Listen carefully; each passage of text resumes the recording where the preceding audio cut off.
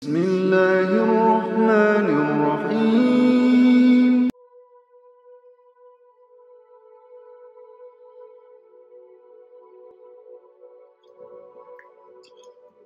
Assalamualaikum warahmatullahi wabarakatuh.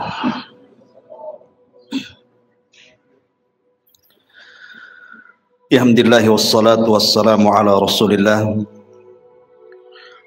wa ala alihi wa sahbihi wa mawalah wa la hawla wa la quwata illa billahi wa ba'du. Alhamdulillah, segala puja dan puji hanya milik Allah subhanahu wa ta'ala. Salawat dan salam kita hadiahkan kepada Rasul kita Nabi besar Muhammad sallallahu alaihi wa ala alihi wasallam. Pembahasan di malam hari ini, karena ini kajian tematik, maka kita akan membahas tentang rihlatu ilal akhirah, perjalanan manusia dari sejak lahir, kemudian wafat, kemudian menuju alam akhirat, dan segala macam yang terjadi setelah kematian, sampai Allah masukkan kita ke dalam surga, atau na'udzubillah, mungkin sebagian manusia Allah masukkan ke neraka.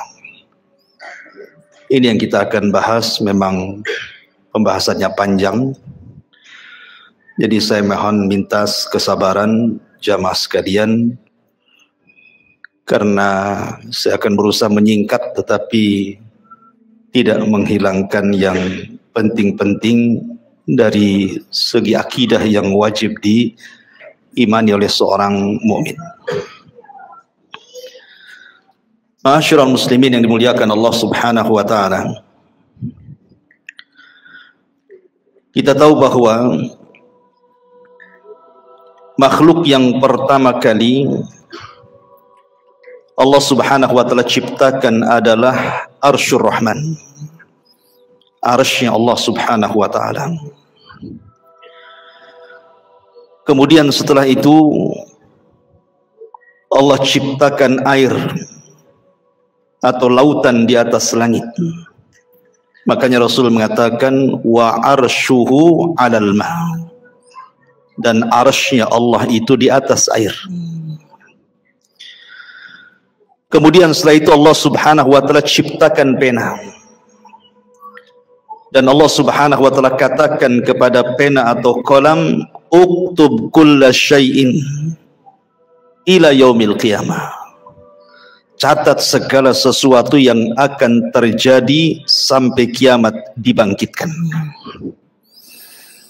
Maka kolam pun kemudian mencatat segala sesuatu yang kemudian diletakkan di sebuah papan yang disebut dengan lauh, dan papan tersebut dijaga oleh para malaikat sehingga disebut Lauhil Mahfuz. Maka setelah itu Allah subhanahu wa ta'ala menciptakan yang lainnya, termasuk menciptakan langit dan bumi dalam 6 hari. Dimulai hari Ahad, Allah ciptakan bumi 2 hari, Ahad dan Senin. Kemudian setelah itu Allah subhanahu wa ta'ala ciptakan langit hari Selasa dan Rabu. Kemudian Allah subhanahu wa ta'ala kembali ke bumi, dan Allah ciptakan segala sesuatu yang dihajatkan makhluk yang akan tinggal di bumi, seperti lautannya, hutan-hutannya, binatang-binatangnya, dari hari Kamis ke hari Jumat. Itulah yang disebutkan dalam Al-Quran bahwa Allah menciptakan langit dan bumi itu fi sittati ayyam, pada 6 hari. Makhluk yang berakal pertama yang Allah ciptakan adalah malaikat. Kemudian setelah itu jin. baru makhluk yang berakal terakhir adalah manusia, dimulai daripada Adam alaihi salatu wassalam. Dan tertib ini berdasarkan sabda Nabi, khuliqatil malaikatu min nur wa khuliqatil jan min marijim min nar wa khuliqa lakum wa khuliqa Adam mimma wusifa lakum.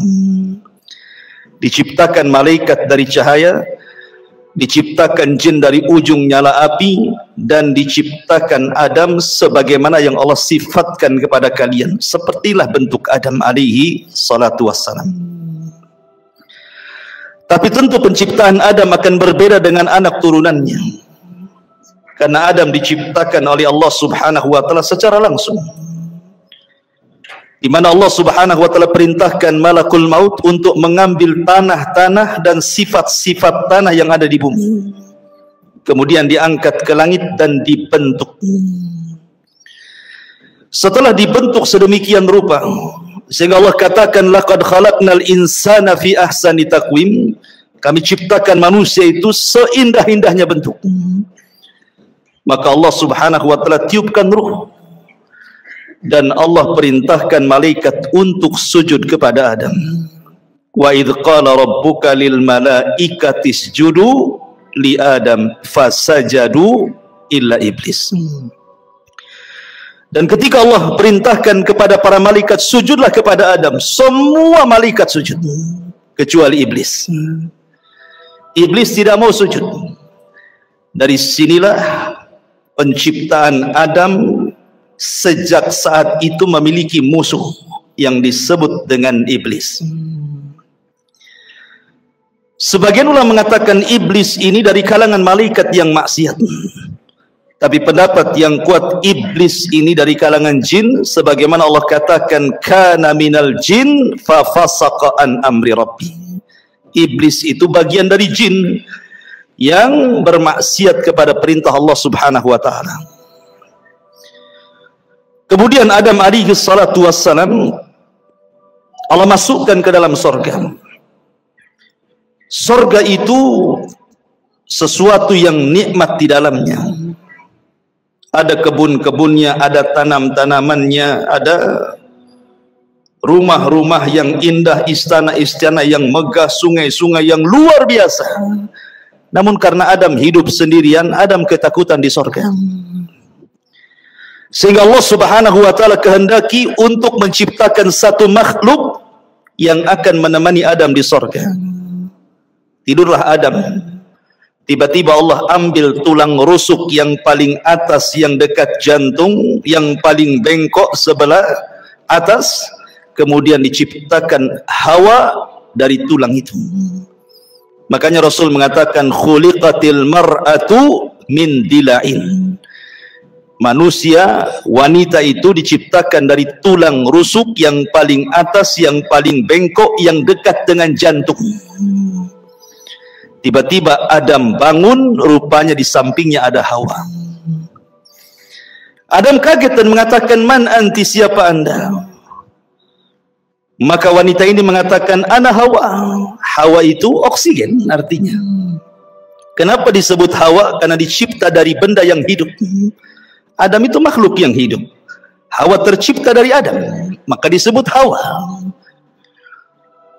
Kemudian Adam mengatakan, untuk apa engkau ciptakan? Untuk apa Allah ciptakan dirimu? Hawa mengatakan, untuk menjadikan ketenangan bagimu. Dari sini Allah katakan, wa min ayatihi an khalaqa lakum min anfusikum azwaja litaskunu ilaiha wa ja'ala bainakum mawaddatan wa rahmah inna fi dzalika laayatin liqaumi yatafakkarun. Kalau dengar ayat ini rasanya ingat waktu kawinnya. Dan ini ayat yang biasa dibaca orang kalau menikah, ya. Khutbah nikahnya mesti baca ayat ini. Wa min ayatihi, dan dari tanda-tanda kebesaran Allah, an khalaqalakum, Allah menciptakan kalian. Min, dari ciptaan ini Allah ciptakan yang lainnya azwaja, menjadi berpasang-pasangan. Untuk apa pasangan diciptakan? Litaskunu ilaiha, supaya memberikan ketenangan. Di mana suami tenang dengan istrinya, istri tenang dengan suaminya. Makanya orang yang tidak pernah menikah nggak akan tenang. Tenang-tenangnya pun tidak akan tenang dia. Gimana? Masak sendiri kan itu. Nyuci sendiri, gimana bisa tenang? Ya. Nggak akan tenang. Dan ketenangan itu mukjizat dari Allah Subhanahu wa Ta'ala. Dengan ketenangan itu lahirlah mawaddatan warahmah. Timbul rasa cinta, timbul pula kasih sayang di situ. Padahal sebelumnya tidak saling mengenal. Terkadang main jodoh-jodohan saja tuh. Tapi dari sini Allah ciptakan Hawa untuk Adam supaya Adam tenang di sorga. Tapi dengan hikmah Allah Subhanahu wa Ta'ala yang Allah kehendaki, yang sudah dicatat di Lauhil Mahfuz, Adam pun harus melakukan satu maksiat di sorga. Ketika Allah Subhanahu wa Ta'ala katakan wala taqraba hadhihi syajarah, jangan dekat-dekat pohon ini. Dekat saja tidak boleh, apalagi makan. Begitu bahasa Quran. Seperti Allah mengatakan wala taqrabu zina, dekat zina saja tidak boleh, apalagi berzina. Karena kalau sudah mendekat pasti melihat, kalau sudah melihat penasaran, kalau penasaran ingin pula mencicipi, akhirnya kemudian memakannya. Ada kisah Israiliyat. Ini kisah Israiliyatnya. Kisah Israiliyat itu tidak mengapa dikisahkan, tapi jangan didustakan, jangan dibenarkan. Makanya Rasul mengatakan hadithu an Bani Israil wala haraj. Tidak mengapa kisahkan Bani Israel kalau itu tidak bertentangan dengan syariat Islam. Adam itu tidak memakan buah sampai habis, tidak. Dia hanya nyicipi sedikit saja. Ketika kemudian sampai di tenggorokan, Adam ingat. Maka keselaklah Adam. Makanya setiap laki-laki pasti ada hulkumnya di sini. Ada yang benjolan di sini kan? Ya, itu karena Adam keselak katanya. Keselak buah itu di sini, buah khuldi. Adapun Hawa habis pula dia. Wah, beda pula laki-laki dengan perempuan. Biasanya perempuan agak rakus ya. Habis dia. Dengan sebab itulah maka Allah Subhanahu wa Ta'ala uji Hawa dengan keluar darah haid. Dari situlah maka keturunannya para wanita pasti setiap bulan akan keluar darah haid. Ini kisah Israiliyat. Maka kemudian Allah Subhanahu wa Ta'ala murka. Kemudian Allah Subhanahu wa Ta'ala usir Adam, Hawa dan iblis. Dan Allah katakan kulnah bitu minha jami'ah, keluar kalian semua dari sorga. Hei Adam, hei Hawa, hei iblis, keluar. Fa imma ya'tiyannakum minni hudan fala khaufun alaihim walahum yahzanun. Kelak setelah kalian bertiga di bumi, kami akan turunkan petunjukku. Maka siapa yang mengikuti petunjukku tidak akan merasa takut dan tidak akan bersedih hati. Dalam ayat yang lain, fala yadhillu wala yashqa, tidak akan tersesat dan tidak mungkin celaka. Dengan takdir Allah, iblis diturunkan di lautan, Adam diturunkan di Sri Lanka, dan Hawa diturunkan di Jeddah. Maka iblis membuat istananya di atas air. Kemudian Adam harus berjalan entah berentah kemana. Begitu juga Hawa, tidak dijelaskan waktunya. Tiba-tiba kemudian keduanya berjumpa di Muzdalifah. Kemudian keduanya pun akhirnya sampai di Arafah. Disebut Arafah karena Adam mengetahui Hawa dan Hawa pun mengenali Adam, maka disebut Arafah. Arafah itu artinya mengetahui. Maka dari situlah Allah ajarkan satu kalimat. Kalimat yang siapapun membacanya gugur semua dosanya. Apa kalimatnya? Rabbana zalamna anfusana wa illam taghfir lana wa tarhamna lanakunanna minal khasirin. Inilah kalimat yang pertama diucap di kolong langit. Adam dan Hawa diajarkan kalimat ini. Fatalaqqa Adam min rabbihi kalimat. Rabbana zalamna anfusana ya Rabb. Kami telah mendolimi diri-diri kami. Kalau engkau tidak merahmati dan tidak mengampuni dosa kami, tentu kami termasuk orang-orang yang merugi. Maka Adam dan Hawa pun Allah ampuni dosa-dosanya. Kemudian keduanya diizinkan untuk masuk ke haram. Maka Adam pun menetap di tempat yang di situ dibangun Ka'bah hari ini. Itulah tempat pertama di bumi Allah diibadahi oleh manusia. Disitulah Adam beribadah bersama Hawa. Kemudian Allah Subhanahu wa taala takdirkan Adam berhubungan dengan Hawa. Dari sini anak turunan Adam penciptaannya berbeda. Sebagaimana hadis Abdullah ibn Mas'ud radhiyallahu anhu, ketika Allah Subhanahu wa taala menciptakan manusia, pertama kali Allah pertemukan air sperma, kemudian masuk ke rahim perempuan, maka 40 hari menjadi segumpal nutfah sperma. Kemudian 40 hari berikutnya menjadi segumpal darah. Kemudian 4 hari berikutnya menjadi segumpal daging. Kemudian terangkailah badan manusia. Artinya kalau sudah 4 bulan sudah berbentuk tuh. Mana kepalanya, mana tangannya, mana badannya, mana kakinya. Di USG pun tahu kelaminnya sekarang. Disitulah Allah tiupkan ruh lewat para malaikat, dan Allah perintahkan malaikat itu tiupkan ruh kepada janin itu. Kemudian catat rizkinya, catat amalannya, catat ajalnya, catat su'ul khotimah dan husnul khotimahnya. Maka setelah 9 bulan, maka lahirlah janin tersebut menjadi manusia. Hawa melahirkan 20 kali, dan setiap lahiran selalu kembar. Sehingga putra Adam berjumlah 40, 20 laki-laki dan 20 perempuan. Kemudian setelah anak-anak Adam kemudian besar, kita tahu bahwa tujuan diciptakan manusia itu disebut khalifah. Karena Allah yang mengatakan, inni ja'ilun fil ardi khalifah. Apa sih khalifah itu? Khalifah itu artinya yakhlufu ba'duhu ba'dha. Artinya manusia ini makhluk yang bergenerasi.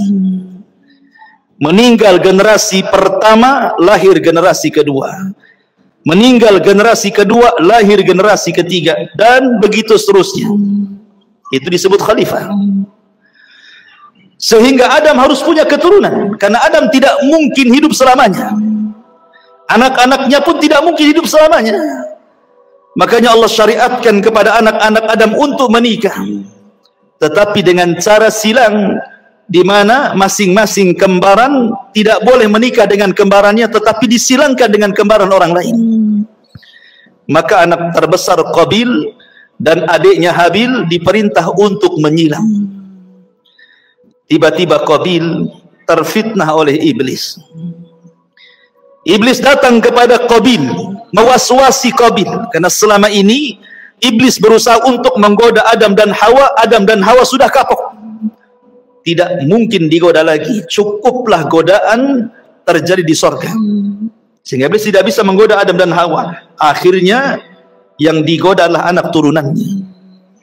Datang kepada Qabil dan mengatakan, jangan mau, itu kembarannya si Habil itu jelek, kembaranmu cantik, ngapain kau dapat jelek, bagus dapat yang cantik. Dari sini kita tahu tabiat laki-laki itu suka yang cantik. Kalau perempuan ganteng itu bonus, yang penting kaya, ya kan, cukup gitu ya. Kalau perempuan, kalau laki-laki yang penting cantik walaupun kere. Akhirnya kemudian Qabil menolak, seolah-olah ini putusan bapaknya, bukan putusan Allah. Adam bukan ayah yang diktator. Dia berdoa kepada Allah untuk mencari solusi. Maka Allah Subhanahu wa taala perintahkan keduanya untuk berkurban.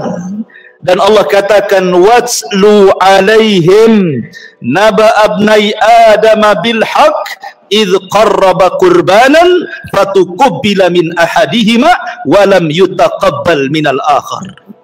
Ya Muhammad, bacakan kepada mereka tentang kisah dua putra Adam yang dua-duanya berkorban untuk memperebutkan pasangannya. Allah terima salah satunya dan Allah tolak yang lainnya. Yang ditolak korbannya adalah Qabil, yang diterima korbannya adalah Habil. Qabil marah dan mengatakan, la aqtulannak, saya akan bunuh kamu. Karena Habil mewarisi sifat Adam. Dia mengatakan, la imbasatta yadaka litaqtulani ma ana bibasiti yadiya ilaika liaqtulaka inni akhafullah. Kalau engkau hendak membunuhku silakan, tapi aku tidak akan membunuhmu karena aku takut kepada Allah Subhanahu wa taala. Betul, Qabil berhasil membunuh Habil. Inilah pembunuhan pertama yang disebabkan hasad pertama di alam semesta. Meninggal Habil. Qabil bingung bagaimana cara penyelenggaraan jenazah, karena kan belum pernah ada orang mati saat itu. Baru Habil orang yang pertama kali mati. Mau diapakan jasad ini? Akhirnya kemudian Qabil melihat ada burung gagak yang sedang berkelahi dengan temannya. Kemudian dibunuh salah satunya. Kemudian dengan tangannya dikorek-koreklah tanah itu. Kemudian dimasukkan kawan yang dibunuhnya. Kemudian dipendam lagi. Kata Qabil, duhai kiranya aku bisa mengambil pelajaran dari gagak itu. Akhirnya dia pun menguburkan abangnya Habil seperti menguburkan burung gagak yang membunuh temannya. Singkat cerita, Adam pun sedih, maka Qabil pun mengambil kembarannya kemudian berpisah dari kelompok Adam. Adam di atas perbukitan, Qabil pun membawa pasangannya ke lembah yang ada di bawah. Terjadilah dua kelompok, kelompok atas perbukit dan kelompok bawah di lembah. Maka kemudian Adam pun meninggal, Hawa pun meninggal. Maka wasiat-wasiat Adam terus akhirnya ditanamkan di anak didiknya sampai kepada Allah angkat Nabi kedua setelah Adam, namanya Syith. Syith inilah yang menjaga kabilah Adam. Sementara tidak diutus Nabi kepada kabilah Qabil. Rusaklah Qabil dan semua anak cucunya. Dari sini terjadi antara hak dan yang batil sudah ada. Tapi ingat, belum terjadi kesyirikan di zaman itu. Mereka masih menyembah Allah. Cuman rusak moralnya saja. Qabil dan turunannya moralnya rusak. Tapi Syith dan kaumnya masih mengikuti wasiat Adam. Apalagi Syith diberikan suhuf oleh Allah Subhanahu wa taala untuk membimbing umatnya.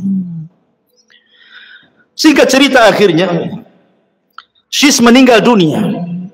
Kemudian diutus Idris kepada mereka, Nabi setelah Syith. Maka Idris terus berusaha untuk mendakwahi kaumnya dan kaum anak turunan Qabil. Sampai akhirnya era Nuh alaihi salatu wassalam. Kemudian terjadi bandang banjir yang luar biasa, adab sebagai kaum Nuh.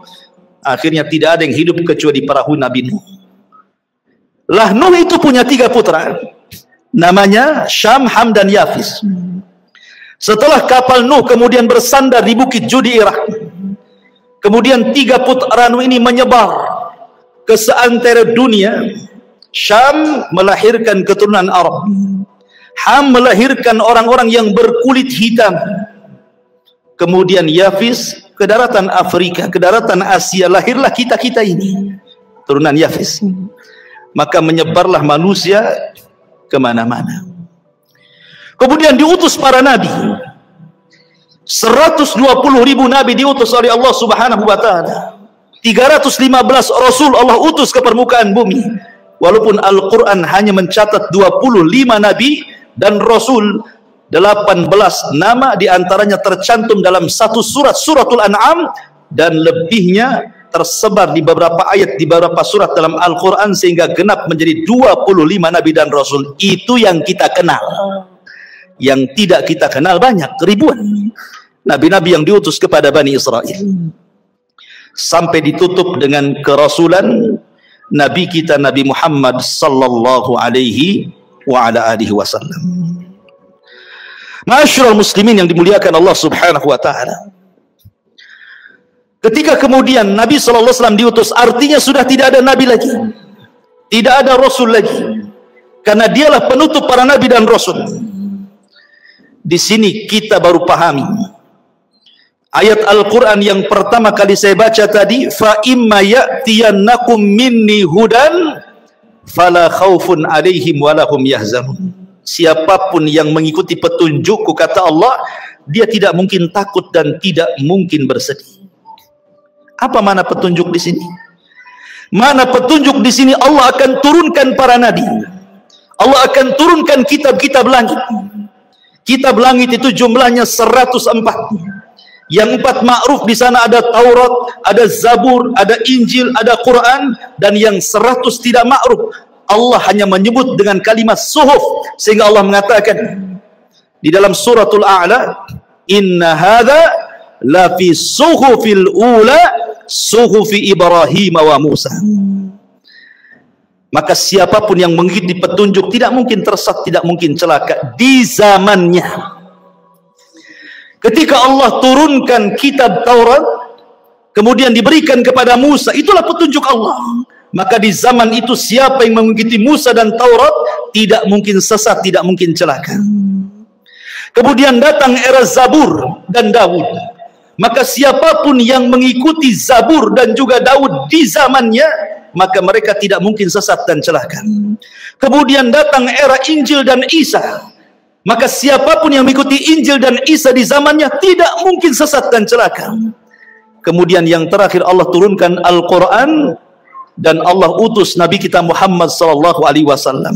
Maka siapapun yang mengikuti Nabi sallallahu alaihi wasallam dan Al-Quran, fala yadillu wala yasqa, tidak mungkin sesat dan celaka. Tetapi setiap para nabi diutus kepada kaumnya, hanya nabi kita diutus kepada seluruh manusia, jinnya dan manusianya. Wa ma khalaqtul jinna wal insa illa liya'budun.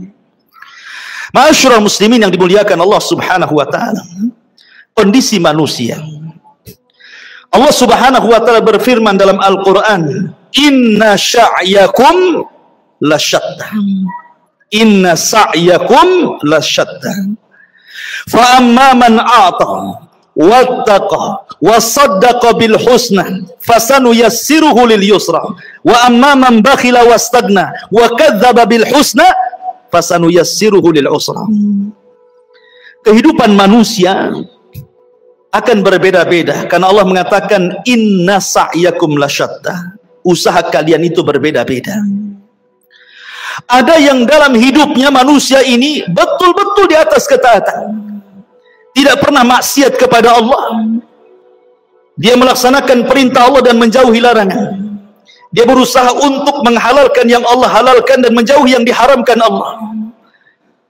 Maka orang-orang yang seperti ini hidup sesuai dengan asal penciptaan manusia.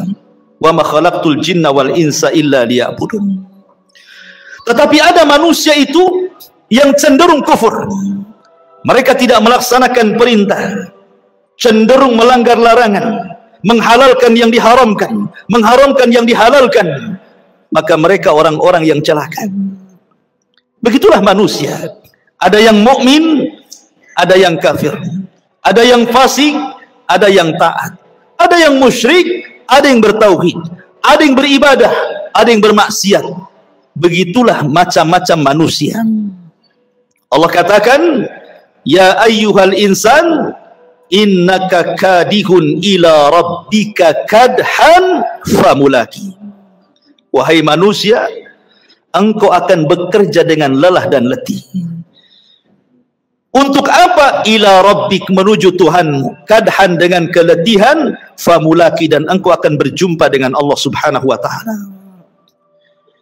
Artinya bahwa manusia dengan berbagai macam daerahnya, negaranya, bentuknya, wataknya, tujuannya satu. Kita ini sedang berjalan menuju Allah Subhanahu wa ta'ala. Mau tidak mau kita akan berjumpa dengan Allah. Tapi ada yang berjumpa dengan Allah, Allah senang dengan kita. Ada orang yang berjumpa dengan Allah, Allah benci dengan kita. Man ahabba liqa Allah, ahabballahu liqa'ah. Wa man kariha liqa Allah, karihallahu liqa'ah. Siapa yang cinta berjumpa dengan Allah, Allah suka berjumpa dengan kita. Siapa yang benci berjumpa dengan Allah, Allah pun benci dengan kita. Begitulah hidup manusia. Wa hadainahu najdain, kami pilih dua jalan. Ini jalan ke sorga, sudah dijelaskan jalannya. Ini jalan ke neraka, sudah dijelaskan jalannya. Tidak ada satupun jalan, baik ke sorga atau ke neraka, semua sudah dijelaskan. Tidak ada. Wa ma yatiru ta'irun fil hawa. Tidak ada satupun burung yang mengepakkan sayapnya di langit, kata Rasul, kecuali sudah dijelaskan ilmunya. Artinya, apapun yang mendekatkan diri ke sorga sudah dijelaskan. Apapun yang bisa menjauhkan dari neraka sudah dijelaskan. Sehingga tidak ada alasan Anda tidak bisa berhujah lagi di hadapan Allah Subhanahu wa ta'ala. Karena semua sudah diberikan fasilitasnya. Allah Subhanahu wa ta'ala hanya minta kepada kita bersyukur. Ingat 5 kaidah. Al-ijad, al-i'dad, al-imdad, kemudian al-irsyad, al-is'ad. Pertama, ijad. Allah menciptakan langit dan bumi. Untuk siapa? Untuk kita. Ya. Allah ciptakan langit dan bumi itu untuk kita loh. Lihat matahari di langit. Untuk siapa? Untuk kita. Kalau nggak ada matahari, ibu-ibu nggak bisa jemur pakaian. Kan itu ya. Mungkin kalau nggak ada matahari, PLN sibuk tuh. Karena harus menerangi bumi 24 jam. Mungkin antum tiap bulan mungkin gerutu-gerutu. Mahal kali listrik ini. Padahal sekarang listrik cuma setengah hari saja kan. Malam saja. Itu saja kalau naik udah demo tuh. Gimana kalau nggak ada matahari? Iya kan? Bulan. Untuk siapa? Untuk kita. Ya. Kita bisa mengambil keindahan bulan, bintang-bintang, macam-macam. Apalagi bumi. Itu disebut ijad. Allah siapkan tuh langit dan bumi untuk manusia. Kemudian yang kedua, al-i'dad. Setelah Allah ciptakan, Allah persiapkan fasilitasnya. Allah ciptakan lautan dengan berbagai macam jenis ikan-ikannya. Entah berapa jumlah ikan kita tidak tahu, dengan berbagai macam warnanya. Siapa yang ngecat ikan satu-satu? Sudah terwarnai semuanya kan? Nggak ada orang yang sanggup ngecat ikan satu lautan itu. Ada yang merah, ada yang hijau, ada yang macam-macam kan warna itu. Kalau bukan karena Allah. Allah ciptakan hutan dan berbagai macam tumbuh-tumbuhan dan buah-buahannya. Allah ciptakan kebun sawah dan Allah ciptakan berbagai macam biji-bijiannya. Allah ciptakan semuanya. Allah persiapkan fasilitasnya. Kemudian yang ketiga, al-imdad. Allah perbanyak. Satu pohon mangga, buahnya mungkin ada 100-200 mangga. Dari 300 atau 400 mangga yang di satu pohon itu kan semua ada bijinya tuh. Kalau seandainya dari 100 buah mangga di satu pokok mangga ini, bijinya ditanam semuanya, dari satu tumbuh 200. Ya kan? Bahkan ada satu buah itu bijinya ratusan tuh. Seperti buah apa tuh?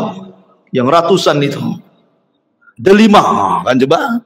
Satu pohon delima nih, buahnya kan banyak.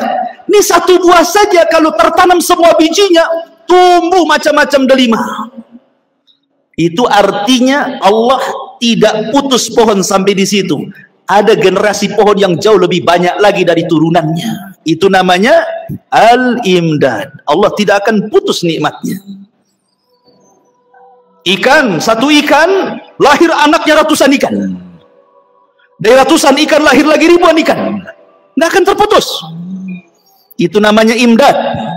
Allah tidak akan memutus nikmat. Kemudian setelah itu yang keempat, al-irsyad. Allah arahkan manusia Mana ikan yang bisa dimakan, mana yang tidak. Mana buah yang bisa dimakan, mana yang tidak. Mana daun-daunan yang bisa dilalap, mana yang tidak. Mana yang bisa dijadikan obat, mana yang tidak. Mana yang mengenyangkan, mana yang tidak. Irsyad diarahkan. Karena tidak semua bisa dimakan kan. Baru yang terakhir al-is'ad. Manusia dapat mengambil faedahnya. Dengan makan ini jadi kenyang. Makan itu jadi kenyang. Minum ini jadi sehat. Minum itu jadi hilang penyakit. Bahagia manusia. Allah itu sudah memberikan nikmat segalanya. Makanya Allah mengatakan fabi ayyi ala'i rabbikuma tukadziban. Nah, nikmat mana lagi yang akan kau dustakan? Nikmat mana lagi? Enggak ada ceritanya orang kelaparan kalau dia mau usaha. Orang tinggal datang ke sungai mancing dapat ikan dia. Sungai itu kan bukan milik orang. Lautan bukan milik orang. Bawa perahu nelayan tuh memanggil, ada tiketnya masuk lautan? Nggak bisa, nggak ada. Mungkin di tengah lautan ada malaikat, kau bayar dulu baru kau. Nggak ada, ya kan? Anda tanam biji di sawah tuh, tinggal nunggu saja. Allah yang menghidupkan, bukan antum suruh niup-niup dia tumbuh, kan gitu ya. Tumbuh sendiri, kita tawakal saja tuh. Padi tumbuh, jagung tumbuh, semua tumbuh kan gitu. Siapa yang menumbuhkan? Allah. Allah hanya minta satu. La in syakartum la azidannakum. Kalau kalian bersyukur, ku tambah. Dengan apa cara bersyukurnya? Kita disuruh untuk beribadah, itu saja. Disuruh untuk beribadah. Itulah syukurnya. Makanya Allah mengatakan falyabudu rabb hadzal bait alladzi at'amahum min ju'in wa amanahum min khauf. Allah sudah berikan rasa kenyang dari rasa lapar. Allah sudah berikan rasa tenang dari rasa ketakutan. Allah hanya minta falyabudu rabb hadzal bait, sembah Rabb pemilik Ka'bah ini. Allah, itu saja.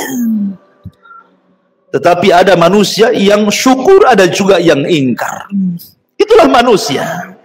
Memang manusia diciptakan seperti itu. Ma'asyiral muslimin yang dimuliakan Allah Subhanahu wa taala. Allah Subhanahu wa taala tidak akan mengekalkan dunia. Dunia ini ada batas waktunya. Sejak zaman Adam alaihi salatu wassalam sampai diutusnya Nabi kita yang mulia alaihi salatu wassalam, artinya usia bumi itu semakin dekat dari kehancurannya. Karena Rasul yang mengatakan bu'istu ana was-sa'ah kahataini, diutusnya aku dengan tegaknya hari kiamat seperti ini. Rasul menegakkan syabbabah, telunjuk dengan jari tengah kemudian merapatkannya. Artinya dekat sekali waktunya. Dan Allah Subhanahu wa taala Maha Adil. Allah tidak langsung sekonyong-konyong mendatangkan kiamat, tidak. Allah tidak mendatangkan kiamat langsung tiba-tiba digempakan satu dunia, tidak. Allah itu adil, rahim kepada hamba-hambanya. Diberikan kesempatan untuk tobat, diberikan kesempatan untuk masuk surga dengan dikirim tanda-tanda kiamat kecil. Dan 90% lebih tanda-tanda kiamat kecil itu hampir semua sudah terjadi dan kita bisa saksikan setiap hari ada. Hanya mungkin 10% saja yang belum terjadi. Ya kurang lebih seperti itu. Artinya 90% sudah terjadi sejak zaman Nabi sampai hari ini. Karena tanda-tanda kiamat kecil itu ada yang terjadi di zaman Nabi dan tidak akan terulang. Seperti terbelahnya bulan. Itu di zaman Nabi saja, nggak mungkin terulang lagi. Ya. Kemudian diutusnya Rasul dan meninggalnya Nabi sekali saja, nggak mungkin Nabi dihidupkan lagi. Tapi ada tanda-tanda yang terus dari zaman Nabi sampai hari ini akan terulang, seperti perzinahan, minum khamr, perjudian, dan begitu seterusnya. Tapi ada tanda-tanda kiamat kecil yang belum terjadi dan pasti terjadi. Dan ada tanda-tanda kiamat kecil yang diselipkan di antara tanda-tanda kiamat besar. Apabila semua tanda-tanda kiamat kecil, ikhwan, sudah ada, sudah terjadi, maka Allah Subhanahu wa taala akan kirim tanda-tanda alamatus sa'atil kubra, tanda-tanda kiamat besar. Muqaddimahnya dengan khurujul Mahdi, keluarnya Imam Mahdi. Kemudian setelah itu khurujul Dajjal, keluar Dajjal. Dajjal ini akan keluar selama 40 hari. Satu hari sama dengan setahun, hari kedua sama dengan sebulan, hari ketiga sama dengan sepekan, dan hari keempat sama dengan hari-hari waktu yang kita lalui. Sampai sahabat bertanya Rasul, yang satu hari bagikan satu tahun, cemana solatnya? Maka Rasul mengatakan, solatlah dengan cara mengira-ngira waktu. Oh, kalau dari asar ke maghrib sekian jam, berarti masuk waktu maghrib. Dari maghrib ke isya, cuma 2 jam, berarti masuk waktu isya. Karena 1 tahun lama, ikhwan. Dan dari sini menunjukkan Dajjal itu bukan hanya masuk ke daerah-daerah yang normal waktunya, tetapi juga masuk ke daerah-daerah kutub yang terkadang satu harinya lama sekali. Artinya tidak ada satu tempat kecuali diinjak Dajjal, kecuali Mekah dan Madinah. Kemudian Isa bin Maryam turun, diapit dengan 2 malaikat di menara putih sebelah timur Damaskus. Kemudian akan bergabung dengan tentara Al-Mahdi di Bukit Tur dan memerangi Dajjal. Dan Isa berhasil membunuh Dajjal, mematahkan salib, membunuh babi, dan berhukum dengan hukum keadilan. Banyak orang masuk Islam sebelum wafatnya Isa bin Maryam. Kemudian setelah fitnah Dajjal hilang, datang fitnah yang ketiga. Tanda-tanda kiamat besar, khuruju Ya'juj wa Ma'juj. Keluar Ya'juj dan juga Ma'juj. 2 kabilah besar, turunan Yafis ibn Nuh, yang dahulu pernah dibenteng oleh Dzulqarnain. Tiba-tiba kemudian gerbangnya pecah, mereka pun keluar min kulli hadabin yansilun, bagaikan bah air yang terjun dari ketinggian, saking banyaknya. Sehingga ketika rombongan yang pertama keluar melintasi danau Tiberias, mereka pun minum dari danau itu. Kemudian rombongan yang terakhir bingung karena airnya habis diminum Ya'juj wa Ma'juj. Kata yang terakhir, tadi barusan ada air, kemana air itu? Maka Ya'juj dan Ma'juj, setiap yang melewati hijau pasti akan kering, yang basah pasti kering. Fitnahnya luar biasa. Dia akan membunuh ras di luar kelompoknya. Dan jumlah mereka satu dari kita, 999 dari mereka. Makanya Rasul mengatakan, kau tidak bisa menghadapinya. Maka Allah mengatakan, ya Isa, selamatkan orang-orang yang selamat, sembunyi di Bukit Tur, karena engkau tidak bisa memeranginya. Akhirnya kemudian Ya'juj wa Ma'juj merusak di permukaan bumi, membunuh orang di luarasnya. Akhirnya dia sombong, kemudian mengatakan, qatalna man fil ardi sanaqtuluhu man fis sama, katanya. Aku sudah bunuh semua orang yang ada di bumi, sekarang yang di langit ku bunuh, katanya. Saking sombongnya. Akhirnya panahnya diarahkan ke langit, tombaknya diarahkan ke langit. Maka Allah mengatakan, wa makaru makran wa makarna makran wallahu khairul makirin. Mereka hendak membuat makar, Allah juga punya makar, dan sebaik-baik makarlah makar Allah. Allah sengaja panah itu disedot sampai ke awan, dibalikkan dengan ujung-ujungnya ada darah, seolah-olah mereka sudah membunuh makhluk yang di langit. Makin sombong mereka. Dan mereka mengatakan, sudah tidak ada makhluk kecuali sudah kubunuh semua, kata Ya'juj dan Ma'juj. Maka Isa berdoa agar Allah membinasakan mereka. Dikirimlah naghaf, ulat-ulat kecil, kemudian menggigit tengkuknya, satu mati, semua mati. Tidak ada sejengkal di bumi kecuali ada bangkainya. Bagaimana cara membersihkannya? Isa berdoa agar Allah membersihkan bangkai Ya'juj dan Ma'juj. Dikirimnya burung-burung sebesar unta, mengambil bangkai itu, entah dibuang, entah berantah ke laut mana. Akhirnya bumi bersih, kemudian Allah hujani sehingga bumi semakin bersih, dan Allah berikan keberkahan bumi sebagaimana awal penciptaan bumi, sampai buah delima. Saking besarnya, orang bisa masuk 10 bahkan 20 orang ke cangkangnya. Segede apa tuh delimanya? Berarti kalau makan durian, gede kali durian tuh. Ya kan? Satu buah durian 20 orang udah kenyang. Ke kulitnya aja masuk orang tuh. Allah berkahi itu. Kemudian Isa pun diwafatkan. Maka berlalulah 3 tanda kiamat besar. Khurujud Dajjal, nuzulu Isa, khuruju Ya'juj wa Ma'juj.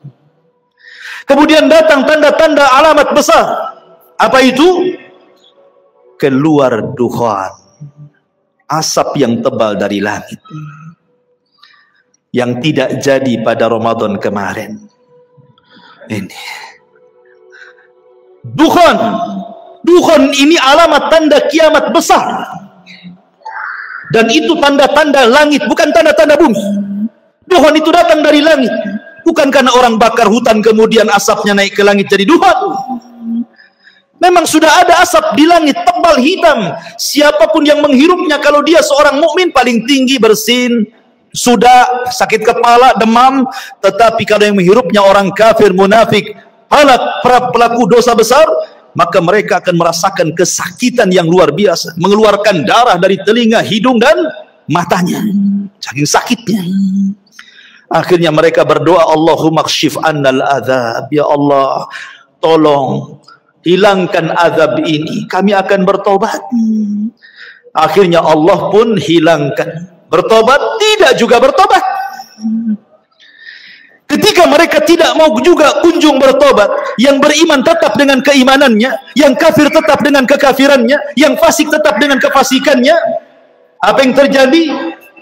Allah subhanahu wa ta'ala takdirkan tiba-tiba matahari terbit dari arah barat. Ketika manusia tertidur pulas di malam hari, kemudian terbangun di pagi hari. Biasa orang-orang yang beriman, mereka bangun subuh, kemudian mereka ke masjid, kemudian mereka sholat subuh. Coba tenangkan anak-anak di belakang itu. Ya. Ketika kemudian orang-orang yang beriman bangun di waktu subuh, biasa mereka bangun kemudian sholat subuh. Tetapi orang-orang kafir, fasik, munafik masih terlelap tidur. Sampai waktu sudah pagi, harusnya matahari terbit, matahari tak kunjung terbit. Ditunggu sampai waktu zuhur, tidak terbit juga. Ditunggu sampai waktu asar, tidak terbit juga. Harusnya ketika matahari terbenam, tiba-tiba muncul. Harusnya matahari itu terbenam, tiba-tiba muncul. Inilah yang disebut dengan keluarnya matahari dari arah barat itu. Dan itu terjadi 3 hari berturut-turut. Semua manusia menangis, semua manusia menyesal. Orang-orang yang menyembah berhala, dibuang berhalanya. Apa manfaat membuang berhala? Ustadz sudah resign, tidak jadi ustadz lagi, karena percuma berdakwah. Tobat sudah ditutup, karena pintu tobat itu akan diterima di 2 waktu. Pertama, nyawa belum sampai di tenggorokan. Yang kedua, matahari sudah belum terbit dari arah barat. Kalau sudah nyawa di tenggorokan, matahari terbit dari arah barat, maka Allah mengatakan, la yanfa'u imanukum, tidak akan bermanfaat iman kalian. Tidak akan bermanfaat iman kalian. Lalu apa gunanya bertobat?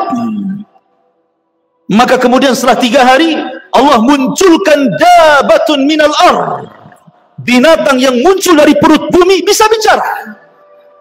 Dalam hadis yang lemah, ada yang mengatakan kisah Israiliyat, tangan kanannya memegang stempel Nabi Sulaiman dan tangan kirinya membawa tongkat Nabi Musa. Setiap berjumpa dengan orang mukmin distempel dahinya, bercahaya mukanya. Setiap berjumpa dengan orang kafir dipukul dengan tangan kiri dengan tongkat Musa, gosong semua wajahnya. Dari situ hilang nama, yang ada hanya kalimat mukmin dan kafir. Dan tidak tersinggung kalau ada orang dikatakan mau kemana min, mau ke pasar fir, nggak tersinggung. Kalau sekarang tersinggung. Orang kafir kita kafirkan saja, orang Islam tersinggung. Jangan dibilang kafir, bilang non muslim katanya. Kan itu ya. Nanti di akhir zaman loh, orang mukmin mengkafir-kafirkan orang kafir, gak tersinggung. Kenapa pula orang sekarang tersinggung? Gitu kan aneh gitu ya. Kafir itu ada bahasanya dalam Quran, lam yakunil ladzina kafaru. Siapa kafaru? Min ahlil kitab, orang Yahudi dan Nasrani. Kalau Allah katakan Yahudi kafir, kita katakan kafir. Kalau katakan Nasrani kafir, kita katakan kafir. Harus dikatakan apa lagi? Allah yang mengatakannya, kita kan hanya mengikuti apa yang Allah katakan. Kecuali kalau Allah tidak kafirkan, Anda kafirkan, nah itu jangan. Kok Anda ini masuk ke khawarij namanya, mengkafir-kafirkan yang bukan orang kafir, akhirnya sampai mengebom sana sini jadinya. Itu manhaj takfir, tidak boleh. Ya. Maka setelah kemudian tidak ada satupun manusia kecuali stempel oleh dabatul ar ini, binatang yang melata yang bisa bicara ini. Binatang ini tidak membunuh, dia hanya menstempel-stempel saja. Kemudian binatang ini pergi entah berantah, hilang. Kan ini tanda-tanda kiamat. Setelah itu kemudian muncul tanda-tanda yang keberapa? Yang ke-7. Pertama, Dajjal. Kedua, turunnya Isa. Ketiga, munculnya Ya'juj dan Ma'juj. Keempat, asap tebal dari langit Tuhan. Kelima, terbit matahari dari arah barat. Keenam, munculnya binatang yang melata yang keluar dari perut bumi dan bisa bicara dan menstempel manusia.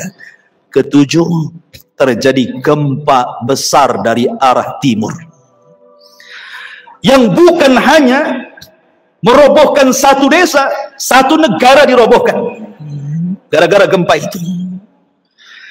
Kemudian yang ketujuh kedelapan, gempa dari arah barat. Setelah gempa dari arah timur, dari arah barat pula gempa. Negara-negara jatuh gara-gara gempa itu. Kemudian yang ke-9, terjadi gempa besar di Jazirah Arab. Inilah yang disabdakan Nabi SAW, khasfun bil masyriq, wa khasfun bil maghrib, wa khasfun bi jaziratil Arab. Gempa dari arah timur, gempa dari arah barat, gempa dari Jazirah Arab. Dan yang terakhir, khurujun nar, munculnya larva, munculnya api yang besar keluar dari perut Aden Yaman dan keluar dari negeri Hijaz. Kemudian api ini bergabung di antara dua tempat ini, menggiring manusia satu dunia, kemudian mengarahkan mereka ke negeri Syam. Api ini tidak membakar manusia, tapi dia membakar yang lainnya, karena tugasnya menggiring manusia sampai ke Syam. Setelah di Syam inilah yang disebut dengan Ardul Mahsyar, bumi perkumpulan manusia satu dunia di situ.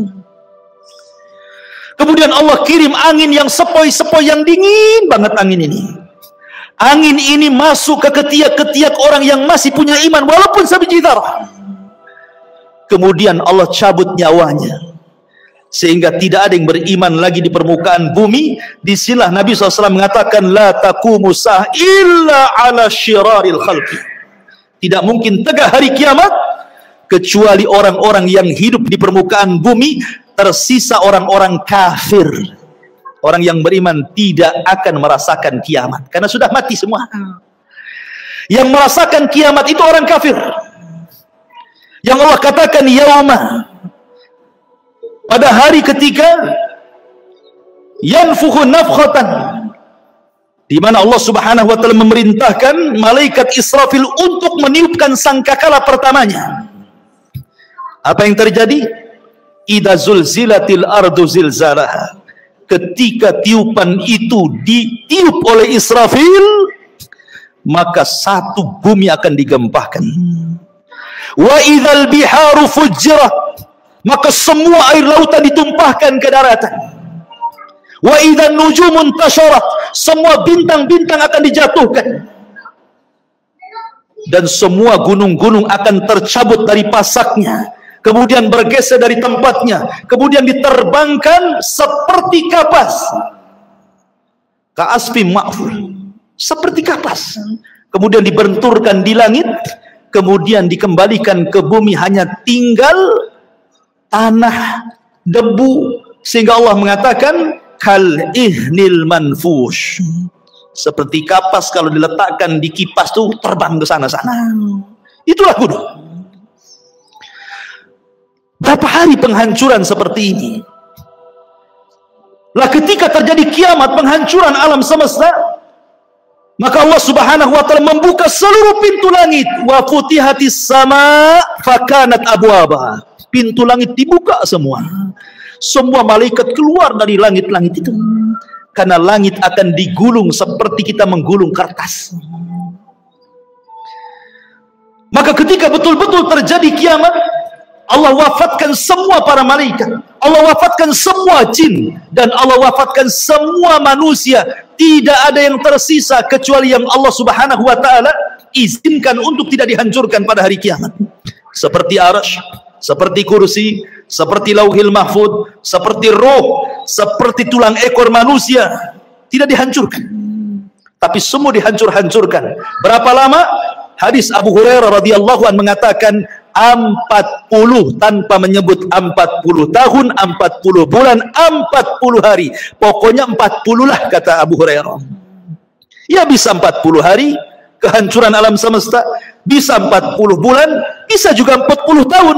Karena ketika Abu Hurairah ditanya, ya Abu Hurairah, apakah 40 hari? Fa'abaitu, aku enggan menjawabnya. Apakah 40 bulan? Fa'abaitu, aku enggan menjawabnya. Apakah 40 tahun? Fa'abaitu, aku pun enggan menjawabnya. Pokoknya 40 lah kan itu. Itu antara tiupan sangkakala pertama ke tiupan sangkakala kedua. Hancur semua alam semesta ini. Hancur semuanya. Inilah yang disebut dengan kiamatul kubra. Kiamat besar. Ada kiamat kecil, ada kiamat besar. Kiamat kecil apa? Idza mata ahadukum qamat qiyamatuhu. Kalau salah seorang di antara kalian mati, itulah kiamatnya. Tapi kalau kiamat besar bukan 1-2 orang mati, semua mati. Jinnya mati, malaikatnya mati, manusianya mati. Yang meniup sangkakala pun mati. Malaikat maut pun mati. Malaikat maut aja ikut mati. Ketika malakul maut datang kepada Allah Azza wa Jalla, Allah mengatakan, "Man abqait?" Siapa yang kau sisakan, kau tidak cabut nyawanya? Kata malaikat maut, tinggal Jibril, Mikail, Israfil. Kata Allah, cabut semuanya. Maka Jibril dicabut nyawanya, Israfil dicabut, Mikail dicabut. Kemudian malakul maut datang kepada Allah. Siapa lagi yang tersisa? Kata malakul maut, tidak ada ya Rabb illa abdukal fakir, kecuali hambamu yang fakir. Oh kalau gitu mati kamu katanya. Mati juga dia. Ya. Maka ketika 40, di angka 40 terjadi kehancuran yang luar biasa itu, sudah tidak ada makhluk yang berakal lagi. Bumi sudah hancur, langit sudah hancur, semua sudah hancur. Apa yang terjadi? Allah Subhanahu wa taala berteriak, "Limanil mulkul yaum, limanil mulkul yaum." Kalian sudah tahu siapa yang berkuasa di alam semesta ini? Tidak ada yang menjawab. Nggak ada malaikat, nggak ada jin, nggak ada manusia, semua mati. Maka Allah jawab sendiri, "Lillahil wahidil qahar." Alam semesta ini pemiliknya hanya zat yang maha satu, yang maha perkasa, Allahu Azza wa Jal. Itulah yang difirmankan dalam surah Al-Fatihah, Maliki Yaumiddin. Itu makna Maliki Yaumiddin itu, raja pada hari pembalasan. Maka setelah kemudian Allah Subhanahu wa taala atur kembali alam semesta untuk menjadi alam akhirat. Maka bumi yang kita pijak hari ini, Allah katakan yauma tubaddalul ardu ghairal ardh. Pada hari di mana bumi Allah hancurkan, kemudian Allah ganti dengan bumi yang baru. Kata para ulama, bukan bumi ini hilang datang bumi baru, tidak. Bumi yang kita pijak ini pula bumi padang mahsyar. Cuman bentuknya dirubah. Yang tadinya bulat kemudian dibentangkan. Yang tadinya kifata dilipat kemudian dibentangkan. Sehingga bumi yang sekarang kita lihat ada bukit, ada gunung, ada lembah, ada tinggi, ada yang merendah. Nanti ketika Allah hancurkan, Allah ganti dengan bumi yang baru, maka Allah hamparkan sehingga tidak ada yang meninggi, tidak ada yang merendah, tidak ada bukit, tidak ada lembah, semua rata, nggak ada bangunan, nggak ada rumah, nggak ada hutan, nggak ada gunung, nggak ada bukit, rata semuanya. Kenapa Allah ratakan wa idal ardu muddat, dan apabila bumi diratakan supaya makhluk sejak Adam meninggal sampai yang terakhir mati muat di bumi itu. Sekarang bumi itu dalam bentuk bulat kan, lonjong atau bulat. Di bumi ini ada lautnya, di bumi ada hutannya, di bumi ada bukit, ada gunung. Tidak semua tempat dihuni manusia. Kalau seandainya bumi tidak dirubah, kemudian seluruh manusia dibangkitkan sejak Adam sampai yang terakhir mati, tidak akan muat bumi ini. Makanya kemudian dihancurkan gunungnya, diratakan, ditimbun lautnya, diratakan. Tidak ada lembah, semua rata, sehingga kalau dibangkitkan semua akan muat di situ. Itulah padang mahsyar. Allah katakan, wa akhrajatil ardu athqalaha. Allah Subhanahu wa taala bangunkan malaikat Israfil untuk meniupkan sangkakalanya yang kedua. Ketika Israfil kemudian bangkit, kemudian meniupkan sangkakala keduanya, maka terjadilah yaumul ba'tsi wan nusyur, hari di mana manusia dibangkitkan kemudian dikumpulkan. Maka ketika itu Allah katakan, wa akhrajatil ardu athqalaha, kami keluarkan beban-beban bumi. Maksudnya manusia, bangkai-bangkai manusia itu semua terangkai kembali dari mana? Dari tulang ekor. Karena tulang ekor manusia tidak dihancurkan pada hari kiamat. Ketika Allah memerintahkan Israfil untuk meniup sangkakala yang kedua, dari tulang ekor setiap manusia itulah tercipta manusia kembali. Padahal sudah hancur dengan kiamat kan, tapi tulang ekor tidak hancur, karena dari situ Allah kembali ciptakan kita. Kemudian jasad itu dilempar ke permukaan. Bayangkan sejak zaman Adam sampai yang terakhir mati, itu jasad itu bergelimpangan di padang mahsyar. Maka Allah Subhanahu wa taala katakan, wa idzan nufus zuwijat, apabila ruh dilesatkan dari illiyin kalau ruhnya orang yang beriman, kemudian dilesatkan dari sijin kalau ruhnya orang kafir, kemudian masuk ke jasad-jasad mereka tanpa tertukar jasadnya. Nggak mungkin antum tertukar dengan kawan antum. Salah, ini badan antum di sini kok ruhnya masuk situ? Enggak, pasti akan pas ruh dengan jasad, ya itu juga. Ya. Disitulah manusia dibangkitkan. Ketika manusia dibangkitkan, orang-orang kafir ini digambarkan dalam surah Yasin, ya wailana man ba'atsana mim marqadina, katanya, duhai celaka kami, siapa yang membangunkan kami dari tidur-tidur kami ini? Maka mereka digambarkan seperti apa? Seperti larang. Al-qari'atu mal qari'ah wa ma adraka mal qari'ah yauma yakunun nasu kal farashil mabsus, seperti laron. Antum tahu laron? Laron ini kalau ada lampu maka dia akan mengejar lampu, dan mereka terbangnya tidak ada aturan, sehingga karena tidak ada aturan diterjang kawannya, besoknya jatuh semua, sayapnya tak kemana-mana.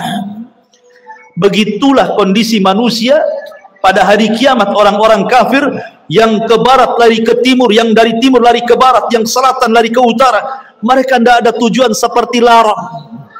Yauma yafirrul mar'u min akhihi wa ummihi wa abihi wa sahibatihi wa banihi likulli imri'in yauma idzin sya'nun yughni. Di mana orang lari dari saudaranya, lari dari ibu bapaknya, lari dari pasangan dan anak-anaknya. Semua manusia sibuk dengan sendirinya, kecuali orang-orang yang beriman. Dibangkitkan tidak lari. Di sampingnya sudah ada pasangan istri, suaminya, anak, ibu, kakek, semua. Walladzina amanu wattaba'athum walladzina amanu, dan orang-orang yang beriman, wattaba'athum dzurriyyatuhum biimanin, kemudian keimanan diikuti oleh keluarganya, alhaqna bihim dzurriyyatuhum, maka kami kumpulkan keluarga yang beriman di satu tempat. Ketika orang-orang yang beriman ini melihat orang-orang kafir lari ke sana kemari, maka mereka hanya mengatakan, hadza ma wa'adar rahman wa sadaqal mursalun, inilah janji dari Allah Ar-Rahman dan benarlah ucapan para nabi. Ma'asyiral muslimin yang dimuliakan Allah Subhanahu wa taala, ketika itulah baru ada penyeru di tengah-tengah padang mahsyar. Kemudian barulah manusia tertuju kepada satu suara, dan Allah Subhanahu wa taala bahasakan kal jaradil muntashir, seperti belalang-belalang yang sedang berterbangan. Belalang itu kalau terbang bersama koloninya pasti akan tertuju kepada satu titik. Maka semua tertuju kepada satu titik. Di sini disebut dengan ardul mahsyar. Kita akan dikumpulkan. Ya. Ketika mereka dibangkitkan, Nabi SAW mengatakan, yuhsyarun nas yaumal qiyamah khufatan, uratan, ghurlan, buhman. Ketika manusia dibangkitkan khufat, tidak pakai celana, tidak pakai baju, telanjang bulat. Kemudian tidak dikhitan. Kemudian tidak pakai sandal. Kemudian tidak membawa harta di badan. Mau siapapun anda mau presiden, mau menteri, mau orang kaya, dibangkitkan sama. Karena di hari itu tidak ada yang membedakan antara si kaya dengan si miskin, si pejabat dan si rakyat. Semua sama. Dibangkitkan seperti itu. Lalu apa yang disombongkan? Di padang mahsyar itu macam-macam harus yang dibangkitkan. Ada yang dibangkitkan kecil sekali, sehingga dia harus terseok-seok dengan orang-orang yang besar, hampir terinjak kakinya. Mereka lah orang-orang yang sombong di dunia. Allah bangkitkan seperti zarrah di akhirat, seperti kecil, seperti semut di tengah-tengah orang besar, sehingga terseok-seok harus menghindari larinya kaki orang tuh. Ya, di dunia dia merasa besar, sombong. Di akhirat Allah kecilkan. Ada yang berteriak-teriak, ya Rabb, ya Rabb, tapi Allah tidak memandangnya. Allah tidak mengajak bicara dengannya. La yanzurullahu yaumal qiyamah. Allah tidak akan melihatnya walaupun dia berteriak, ya Rabb, ya Rabb, ya Allah, ya Allah. Ada orang-orang yang tidak akan dilihat oleh Allah pada hari kiamat. Ada orang-orang yang tidak akan disucikan oleh pada hari kiamat, tidak akan diajak bicara oleh Allah pada hari kiamat. Ada orang-orang yang lari, tetapi mereka berjalan dengan kepala kakinya di atas. La haula wala quwata illa billah. Bagaimana caranya? Allahu a'lam. Allah atas segala sesuatu maha mampu menjalankan orang dengan kepalanya, kakinya di atas. Ada orang-orang yang berjalan dengan buta, sehingga dia mengatakan, ya Rabbi lima hasyartani a'ma wa qad kuntu basira. Ya Rabb, di dunia aku melihat, kenapa di sini buta, katanya. Macam-macam orang itu di padang mahsyar itu, ikhwan. Karena orang dibangkitkan itu ala ma mata alaih, sebagaimana kematiannya. Ada ketika di dunia dia menusuk-nusuk untuk bunuh diri, maka ketika dibangkitkan di tangannya sudah ada pisau sedang menusuk-nusuk badannya. Ya, bayangkan, manusia dibangkitkan itu macam-macam bentuknya. Baru kemudian manusia dikumpulkan di satu tempat. Disinilah terjadi faslul qadha. Yang pertama kali faslul qadha, di mana Allah Subhanahu wa taala akan membentangkan mahkamah peradilan di tengah-tengah manusia. Dan yang pertama kali diadili adalah para nabi. Para nabi, ikhwan, diadili dulu. Dengan cara apa? Para nabi dikumpulkan umatnya. Nuh bersama umatnya, Nabi Saleh bersama umatnya, Nabi Syuaib bersama umatnya, semua para nabi bersama umatnya. Kemudian Allah akan berkata kepada umatnya, ya umat Nuh, sudahkah Nuh menyampaikan risalahnya? Orang-orang kafir dari umat Nuh mengatakan, ya Rabb, Nuh tidak pernah menyampaikan risalah kepada kami. Mereka hendak berdusta. Kemudian Allah mengatakan, ya Nuh, lihat, engkau belum pernah menyampaikan risalahku kepada mereka. Kenapa kau tidak sampaikan? Maka Nuh mengatakan, ya Rabb, aku sudah sampaikan. Kalau engkau tidak percaya, aku punya saksi. Maka Allah mengatakan, kalau begitu datanglah saksi. Maka Nuh alaihi salatu wassalam meminta kepada Rasul kita Muhammad sallallahu alaihi wasallam untuk menjadi saksi bahwa Nuh sudah menyampaikan risalahnya. Maka Allah panggil Rasul kita Muhammad sallallahu alaihi wasallam, ya Muhammad, kenapa kok mau jadi saksi kepada Nuh alaihi salatu wassalam? Bukankah usiamu dengan usia Nuh terpaut jauh dan engkau tidak hidup di zaman Nabi Nuh? Bagaimana kau akan jadi saksi mereka? Maka Rasul SAW mengatakan, ya Rabb, ya aku tidak hidup di zaman Nabi Nuh, tetapi aku yakin bahwa Nuh sudah menyampaikan risalahnya. Maka Allah mengatakan, apa yang membuat anda yakin bahwa Nuh menyampaikan risalahnya? Maka Rasul mengatakan, karena engkau yang bicara seperti itu ya Rabb. Kemudian Rasul membacakan surat Nuh. Engkau yang ngomong dalam Al-Quran bahwa Nuh sudah menyampaikan risalahnya. Maka Allah mengatakan, shadaqta, benar engkau. Wa kadzabu haula, dan mereka sudah berdusta. Kemudian berpindah kepada nabi berikutnya sampai di akhir dengan Isa bin Maryam, nabi yang terakhir dari nabi-nabi Bani Israel. Inilah isyarat bahwa nabi akan menjadi saksi bagi seluruh para nabi. Ketika nabi hendak rindu ingin mendengar Al-Quran, yang dipanggil siapa? Abdullah bin Mas'ud. Abdullah bin Mas'ud, bacakan, Iqra alayya Al-Quran, baca untukku Quran. Kata Abdullah bin Mas'ud, ya Rasulullah, aqra'u alaika Al-Quran wal Quranu unzila ilaika? Rasul, apakah saya harus membaca Quran sementara Quran turun kepadamu? Oh tidak. Kata Rasul, Iqra, baca, saya ingin mendengarkan suaramu. Maka kata Abdullah bin Mas'ud, baik. Akhirnya Abdullah bin Mas'ud membaca suratun Nisa sampai kepada ayat. Apa ayatnya? Hatta idza ji'na min kulli ummatin bisyahid wa ji'na bika ala haula'i syahida. Bagaimana ya Muhammad kalau tiap-tiap umat itu mendatangkan saksi-saksinya, kemudian engkau menjadi saksi mereka? Maka Nabi SAW kemudian menangis dan mengatakan, ya Abdullah, hasbuka, hasbuka, cukup, cukup. Maka Abdullah bin Mas'ud melihat Rasul menangis sehingga membasahi janggutnya. Rasul akan menjadi saksi bagi setiap umat dan setiap nabi. Setelah para nabi kemudian dimintai pertanggungjawabannya, barulah Allah Subhanahu wa taala mengarah kepada umatnya, kepada kita semuanya. Baru Allah Subhanahu wa taala bertanya kepada kita. Disitulah yang disebut dengan al-ardu. Ard. Apa itu ard? Allah Subhanahu wa taala akan tampakkan kepada kita perbuatan kita di bumi, Allah tampakkan di akhirat. Allah tampakkan tuh. Ya. Kemudian Allah Subhanahu wa taala memberikan catatan kepada hamba, setiap hamba itu diberikan catatan. Kalau Allah mengatakan Iqra kitabak, baca bukumu, maka dia pun membaca. Dia pun membaca apa yang sudah dia lakukan. Ingat, khususiyah yaumul akhir, kehususan hari kiamat, di mana Allah berikan memori hafalan manusia dikembalikan. Mereka kuat hafalannya. Kalau sekarang di dunia 1 minggu kemarin Anda pernah mengucapkan apa? Anda pernah berbuat apa? Anda pernah mendolimi siapa? Anda pernah hasad kepada siapa? Lupa antum. Baru 1 minggu tuh. Ya kan? Baru 1 minggu sudah lupa kan itu ya? Tapi di akhirat Allah berikan kekuatan hafalan. Sejak antum akil balik sampai antum diwafatkan, hafal antum. Oh, jam segini, hari ini, tanggal sekian-sekian, aku begini, begini, begini. Hafal. Untuk dicocokkan dengan catatannya.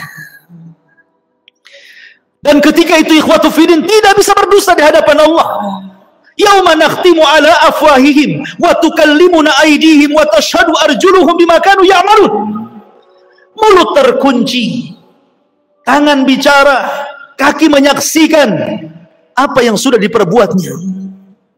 Bayangkan, saksi bukan hanya anggota badan, bahkan kulit jadi saksi. Kulit tiba-tiba bicara di hadapan Allah dan menyalahkan badannya. Akhirnya badan kemudian mengkritik kulit dan mengatakan, lima syahidtum alaina, kenapa engkau wahai kulit menjadi saksi bagi badanmu sendiri? Kata kulit, antaqana Allah, Allah yang membuat bicara, aku mau apa? Tidak cukup dari situ, bumi yang kita pijat akan jadi saksi. Karena yauma idin tuhadditsu akhbaraha, pada hari itu bumi menghabarkan kisah-kisah orang yang pernah di atas bumi itu. Lautan akan jadi saksi, langit akan jadi saksi, malaikat akan jadi saksi. Siapa yang bisa mungkir dari kesalahan, ikhwan? Semua jadi saksi. Di bumi antum bisa bayar lawyer, cari yang pandai bicara, dia bisa mendustakan yang jujur didustakan. Di akhirat lawyer raja butuh lawyer. Lawyernya butuh lawyer, pengacaranya butuh pengacara. Tapi di akhirat tidak ada pengacara. Apa yang mau diacarakan? Nggak ada pengacara. Ya. Semua jadi saksi. Ma'asyiral muslimin yang dimuliakan Allah Subhanahu wa taala. Mulailah manusia dihisab. Pertama, kemudian Allah Subhanahu wa taala akan terbangkan catatannya. Di situ ada yang mengambil dengan tangan kanannya, dengan tangan kirinya, dengan tangan kiri dari belakangnya, dan itu menunjukkan keselamatan dan tidaknya orang. Orang yang beriman ambil dengan tangan kanannya. Dengan bangganya dia mengatakan, "Ha umqra'u kitabiyah." Baca kitabku, katanya. Dia sudah tahu isinya baik. Itu bangga dia. Tetapi orang-orang yang mengambil catatan dengan tangan kirinya, dia mengatakan apa? "Ya laitani lam uta kitabiyah wa lam adri ma hisabiyah." Duhai kiranya aku tidak mau mengambil catatanku dan aku tidak tahu apa hisabku. Sampai terakhir dia mengatakan, "Ma agna anni maliyah halaka anni sultaniyah." Duhai kiranya kekuasaan yang aku bangga-banggakan di dunia nggak ada manfaatnya. Duhai kiranya harta yang bertumpuk di dunia pun tidak ada faedahnya. Menyesal dia. Kan itu ya. Kemudian mereka dikumpulkan di padang mahsyar, terjadilah hisab kepada binatang. Di situ dikumpulkan semua binatang, mulai dari semut sampai kepada buaya darat, dikumpulkan semua di situ. Kenapa? Karena di antara binatang juga ada yang saling mendolimi, yang bertanduk nanduk, yang tidak bertanduk. Buaya makan ular, ular makan binatang lainnya. Binatang ini terus makan makanan sampai ke yang kecil, saling makan memakan. Zalim di antara binatang. Allah Maha Adil. Ada hisab di antara binatang. Yang tadinya kambing yang bertanduk, yang suka nanduk, yang tidak bertanduk, tanduknya dicabut, diletakkan kepada yang tidak bertanduk. Tanduklah seberapa banyak kau ditanduk di bumi, katanya. Terjadi hisab. Tapi mereka tidak diazab. Mereka hanya dihisab saja. Setelah binatang-binatang dihisab, Allah mengatakan, "Kunu turaba," jadilah kalian tanah. Orang-orang kafir melihat ketika binatang-binatang habis dihisab jadi tanah, maka mereka mengatakan, "Ya laitani kuntu turaba." Duhai kiranya aku jadi tanah juga lah, katanya. Tapi tidak mungkin jadi tanah. Tetap mereka dihisab dan diazab. Ikhwan, manusia akan dikumpulkan selama 50.000 sanah, 50.000 tahun. Dalam kondisi berdiri. Tidak ada di padang mahsyar itu yang duduk kayak antum gini. Enak kali. Apalagi sambil baring bawa tikar. Nggak ada tikar. Posisi mereka berdiri. Karena Allah mengatakan, "Yauma yaqumun nasu li rabbil alamin." Pada hari itu manusia berdiri menghadap Rabbnya. Kenapa tidak ada yang duduk, tidak ada yang berbaring? Karena kalau duduk, maka dia akan tenggelam dengan keringatnya. Berbaring apalagi? Bagaimana tidak matahari diletakkan di atas kepala 1 mil. Ada orang yang bercucuran dengan keringat sehingga tenggelamlah dia dengan keringatnya. Ada yang keringatnya sedada, ada yang keringatnya sepusar, ada yang keringatnya selutut, sesuai dengan amalannya. Sesuai dengan amalannya. Dan hari itu hari yang haus sekali. Makanya orang-orang yang berhasil meminum dari telaga Rasul, lam yadma abada, dia tidak akan haus selamanya walaupun matahari di atas kepala. Likullin nabi haudun. Setiap nabi punya telaga. Dan yang paling besar telaga Rasul, jumlah gelasnya sejumlah langit di bumi, sejumlah langit yang ada di, sejumlah bintang yang ada di langit. Warna telaganya lebih putih dibandingkan air susu, lebih manis dibandingkan madu. Siapa yang meminumnya tidak akan haus selamanya. Adakah dari umat Rasul yang tidak akan minum? Ada. Ketika ada orang-orang yang hendak mendekati telaga Rasul di padang mahsyar itu, tiba-tiba dihalau para malaikat. Kemudian Rasulullah SAW berteriak-teriak, "Ummati, ummati, ya Rabb, itu kan umatku, biarkan mereka minum." Lihat bagaimana rahmatnya Rasul pada umatnya. Tapi Allah mengatakan, "Ya Muhammad, innaka la tadri ma ahdatsu ba'daka, innahum khayyaru wa baddalu." Hai Muhammad, kau enggak tahu apa yang terjadi dengan umat mereka, sudah merubah-rubah petunjukmu, sudah merubah-rubah sunnahmu. Biarkan mereka tidak minum. Ma'asyiral muslimin yang dimuliakan Allah Azza wa Jalla. Manusia akan tenggelam dengan keringatnya. Kemudian manusia pun bingung karena mereka harus berdiri. Entah apa yang harus dilakukan mereka. Mereka menunggu faslul qadha. Bagaimana putusan Allah kepada mereka? Masih bingung. Akhirnya mereka pun berjalan kepada Adam. Ya Adam, engkau kan bapak kami, mintalah syafaat kepada Allah. Tidakkah kau lihat, tidakkah kau iba kepada kami? Kami sulit nih di sini. Kata Adam, aku nggak bisa nolong kalian. Pergi ke Nuh. Berangkatlah mereka ke Nabi Nuh alaihi salatu wassalam. Nuh juga tidak bisa memberikan syafaat. Kata Nuh, sebaiknya kalian kepada Ibrahim. Temui Nabi Allah Ibrahim alaihi salatu wassalam. Berangkat mereka ke Nabi Allah Ibrahim. Ya Ibrahim, wahai Ibrahim, anta Khalilur Rahman, kau adalah kekasih Allah. Ala tara ila ma nahnu fi. Tidakkah kau lihat, tidakkah kau iba melihat kondisi kami? Kata Ibrahim, tidak, aku pernah berdosa 3 kali. Sebaiknya kau datang kepada Musa. Temui Nabi Musa. Berangkat ke Musa. Kata Musa, aku juga tidak bisa karena pernah membunuh orang. Ke Isa saja. Temui Nabi Isa. Isa tidak menyebutkan uzurnya, tapi datangi Rasul Muhammad sallallahu alaihi wasallam. Datanglah mereka kepada Rasulullah. Baru kata Rasul, ana laha, kan ku coba. Rasul sujud di bawah arsy Allah dengan sujud yang lama sampai Allah datang dan mengatakan, irfa ra'saka ya Muhammad, angkat kepalamu wahai Muhammad. Qul tusma, katakan kau didengar. Sal tu'ta, minta kau diberi. Isfa tu syafa, minta syafaat kau diberikan syafaat. Ma'asyiral muslimin yang dimuliakan Allah Azza wa Jalla. Kembali kepada proses hisab. Hisab ini ada 2 macam. Ada yang disebut dengan hisaban yasira, hisabnya mudah. Ada yang disebut hisaban asira, hisabnya sulit. Dan ada yang ketiga tanpa hisab. Ada kelompok-kelompok yang tidak dihisab. Karena Rasulullah SAW pernah ditampakkan dari 70.000 umatnya, mereka tidak dihisab, tidak diazab, direct masuk surga.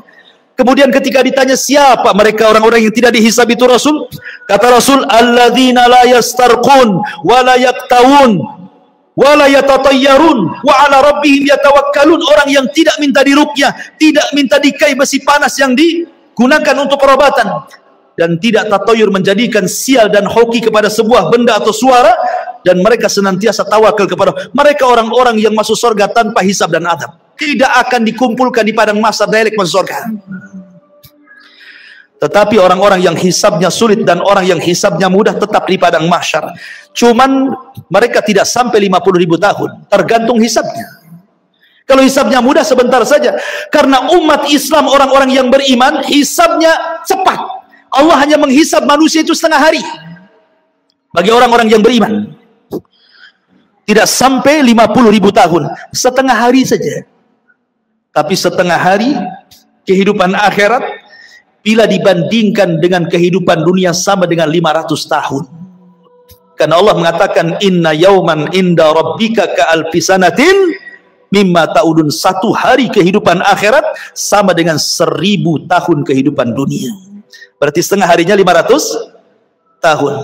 Dan orang yang beriman yang mendapatkan hisab itu hanya dari ba'da zuhur ke ba'da asar saja, setengah hari. Tapi setengah hari kehidupan akhirat, bukan setengah hari kehidupan dunia. Ya, 500 tahun juga. Makanya orang-orang miskin lebih dahulu masuk surga setengah hari dibandingkan orang kaya.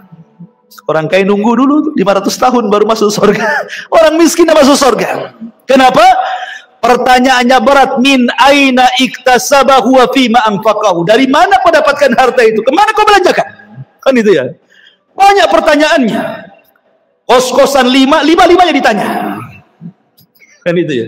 Antum punya apa lagi? Mobil 3. Direntalkan, semua ditanya. Dari mana kau beli mobil itu? Kemana kau belanjakan? Ya. Semua ditanya. Akan ditanya semuanya. 1 hari antum belanja seberapa kali ke mall itu? Ditanya. Kan itu. Emang nggak ditanya dibelanjakan? Semua ditanya. Ini makanan yang kita makan ditanya. Minuman yang kita minum ditanya. Makanya Allah mengatakan, "Falyangduril insan ila ta'ami." Hendaklah manusia melihat kepada makanan yang dimakannya. Karena semua akan ditanyakan. Allah mengatakan dalam Al-Qur'an, dalam surah Al-Hakumut Takatsur, la tus'alunna yawma idzin 'anin na'im. Akan ditanya pada hari kiamat itu semua nikmat yang Allah anugerahkan kepada kita. Ingat, hisab itu ada 2 cara. Orang yang berdebat dalam hisab celaka dia. pasti masuk neraka. Man nukisha fil hisab halak, kata Rasul. Orang yang melakukan perdebatan dengan Allah ketika hisab, celaka dia. Maksudnya apa? Allah akan mengatakan, dulu ku beri mata kau, sudah kau syukuri matamu? Jawab. Maka dia mengatakan, belum ya Rabb. Dulu kau beri telinga, itu sebagai amanah. Kau gunakan untuk apa telingamu? Untuk maksiat kau untuk taat? Oh, untuk maksiat ya Rabb. Terjadi dialog.